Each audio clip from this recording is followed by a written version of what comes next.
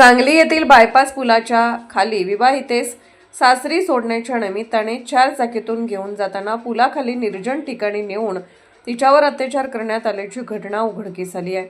या प्रकरणी विवाहितेच्या पतीचा मामा सचिन सुरेश सूर्यवंशी वय 45 राहणार खोपडेनगर कात्रज पुणे आणि पतीचा मित्र कुणाल भरत कोंडे वय 27 राहणार गोकुळनगर कात्रज पुणे याच्यावर गुन्हा दाखल केला आहे। ही घटना दिनांक 14 सप्टेंबर 2025 रोजी सांगलीतील बायपास पूल परिसरात घडली। या प्रकरणी सांगली शहर पोलीस ठाण्यात पीडित विवाहितेने फिर्याद दिली आहे। घटनेची माहिती अशी, लग्नानंतर काही कारणांमुळे पीडिता सांगलीत वास्तव्यास आहे। दिनांक 14 रोजी पीडितेच्या पतीचा मामा सचिन सूर्यवंशी आणि पतीचा मित्र कुणाल कोंडे असे दोघे जण पुण्याहून पीडितेकडे आले होते। त्यांनी पीडिता, तिचे वडील आणि बहीण यांना पीडितेस सासरी नांदण्यासाठी घेऊन जातो असे सांगून दोघांनी पीडितेस 4 चाकीत बसवले। तेथून ते पुण्याच्या दिशेने निघाले। सांगलीतील बायपास पुलाच्या खालील बाजूस निर्जन ठिकाणी त्यांनी 4 चाकी नेली। तेथे पीडितेचे मोबाईल जबरदस्तीने काढून घेतला।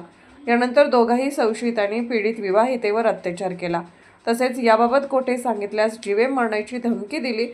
त्यामुळे पीडितेने हा प्रकार कोणाला सांगितला नव्हता, परंतु आई वडिलांशी चर्चा करून त्याने सांगली शहर पोलीस ठाण्यात घडलेला प्रकार सांगून फिर्याद दिली आहे।